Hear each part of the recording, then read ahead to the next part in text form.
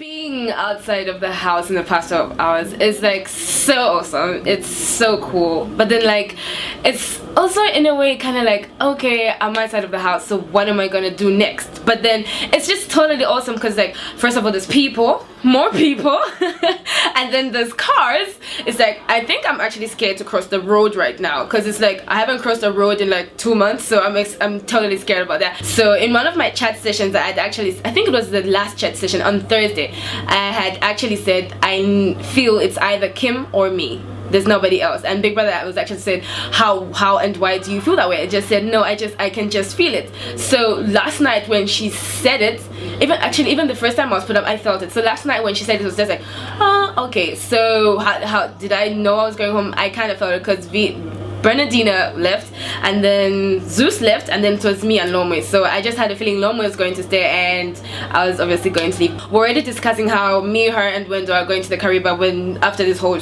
thing is over, because it's October. I mean September, the summer is coming on. So we said we're going to Caribbean. They'll come to Zambia and stuff. So we're actually good, not very good friends, but at least we'd sit and talk. And so I'm not upset, like I'm not holding grudges, man. It was just a game. So yeah, I'm glad I met the people, and of course it was a game, but we made friends. Some of them I know we won't be very close, but then people like Karen, I know I'm going to be very close with her because we were very close on the show.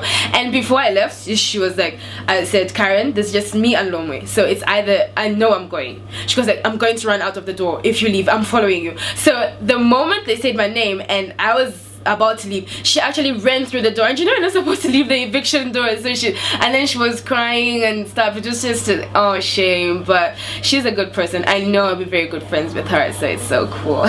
Just being in the house itself is like a huge memory. Like I really cannot pick one favorite moment. Of course going into the house is like awesome, and then of course there's been weeks when you're low, or there's days when you're just low and you're just like, you know what, I would like to go home. But then every moment in its own way is special. I really can't pick one particular day and say, okay, you know what, that day was special. But of course I will pick my birthday, but aside from that, every day has its own ups and downs. I asked the crowd, I was like, who should I pick? Others are like, Vimbai, and then others like, I don't know, your papa. So I'm like, okay, going out to Clayton. Yeah, I couldn't give out to Karen because she was just like, I would love to give it out to Karen, but she was just like